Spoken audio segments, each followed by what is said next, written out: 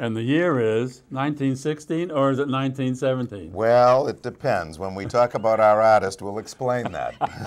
Okay, we'll go 1916. Pancho Villa led his rebels in an attack on Columbus, New Mexico, killing 17 Americans. Despite warnings from the Mexican government, U.S. troops were sent to Mexico to bring Villa to justice. A year-long search and they couldn't find him. Oh, sounds like Whitey Bulger. That's right. We're batting 1,000. South Carolina raised the minimum age for coal mine workers from 12 to 14. Oh, my goodness. Can you imagine? No. I can't imagine that. No, I can't either. Labor leaders Tom Mooney and Warren Billings were charged with a terrorist explosion that killed 10 and injured 41 in the Preparedness Day parade in San Francisco. Oh, wow. They would later be pardoned due to perjured testimony. Oh, my goodness. President Wilson was reelected, narrowly defeating Charles Evan Hughes. Who's Charles Evan Hughes? Never heard of him. That's terrible. That's right. The Dixie Jazz Band toured the U.S. Wow. Okay. Victor Records enjoyed success from releasing recorded skits by vaudeville comedians. And yeah, that was just beginning then, where they would put these vaudeville acts on record so that people could, you know, take it home and listen to it. Right, Yeah. right. So, very interesting. And our artist, the reason we talked about 1916 or 1917, is our artist this time is Joe Stafford. And Joe Stafford was born November 12th, 1917, with a big question mark after that, because sometimes she would not admit to that, and it was really, she would admit to 17 when it was really 16. So I don't know why she did that, but she did.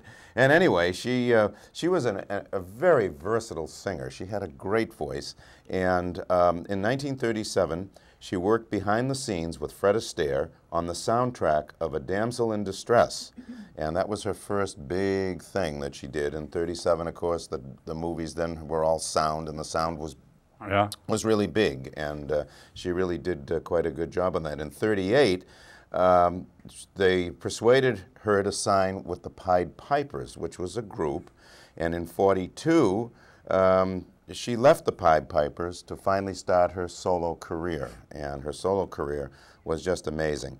In 1944, she hosted the Tuesday and Thursday broadcasts of an NBC musical variety radio program, the Chesterfield Supper Club. Yeah, and I'm sure there are some folks out there that remember that. Yeah. Some people right here. Now, she... Why did I know you were going to say that? She also had briefly a comedy career. She briefly experimented with comedy under the name of Cinderella G. Stump. And with Red Ingle and the Natural Seven. She recorded a mock hillbilly version of Temptation, which she pronounced Temptation. Yes. Temptation. Well, Temptation, that song, Temptation, was one of the big songs in that day. And every single crooner and every single person that was singing sang Temptation. And it was a real, you smile, that kind of thing, you know. And then she comes on, and they announce Temptation, and. She comes on with a hat and a blacked out tooth. Right. And she did Temptation. And Temptation. I'll do Temptation so you can see what it was like. Okay. Because they're expecting her to do this beautiful Temptation. Yes, because she was very. And the curtain opens, and there she is with a guy with a banjo, and her, and so it starts out. Riding on a boat, and here we go.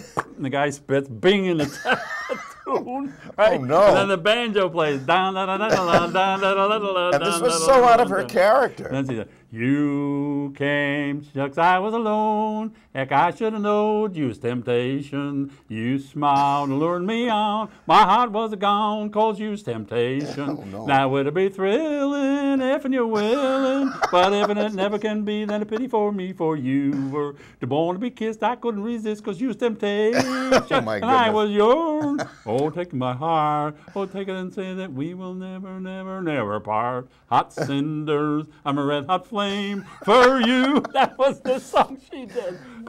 And this woman was known for her classy, right-on songs. Blew them away. And if you went into a pizza shop or anywhere that had a jukebox. that's all it was playing. Right. For months and months, that song was playing. It's unbelievable. Yes, it was unbelievable. Well, you know, finally, her career lasted quite a long time.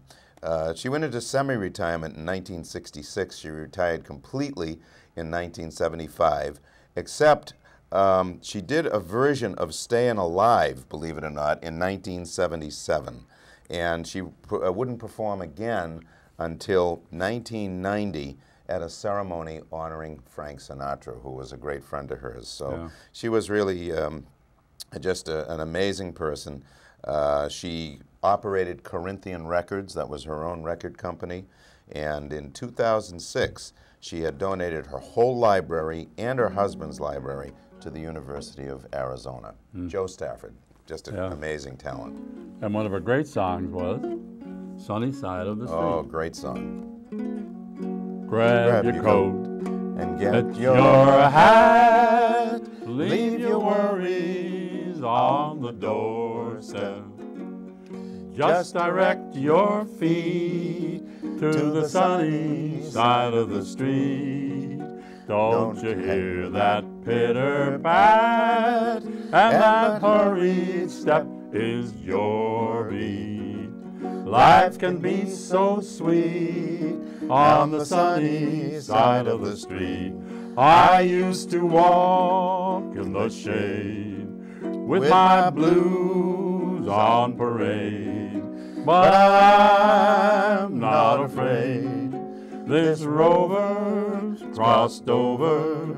If I never had a cent, I'd be rich as Rockefeller. Gold dust at my feet on the sunny side of the street. I used to walk in the shade with my blues on parade, but I'm not afraid. This rover's crossed over. If I never had a cent, I'd be rich as Rockefeller. Gold dust at my feet on the sunny, sunny side of the street. Jo Stafford. Jo Stafford, Sunny Side of the Street. Great artist.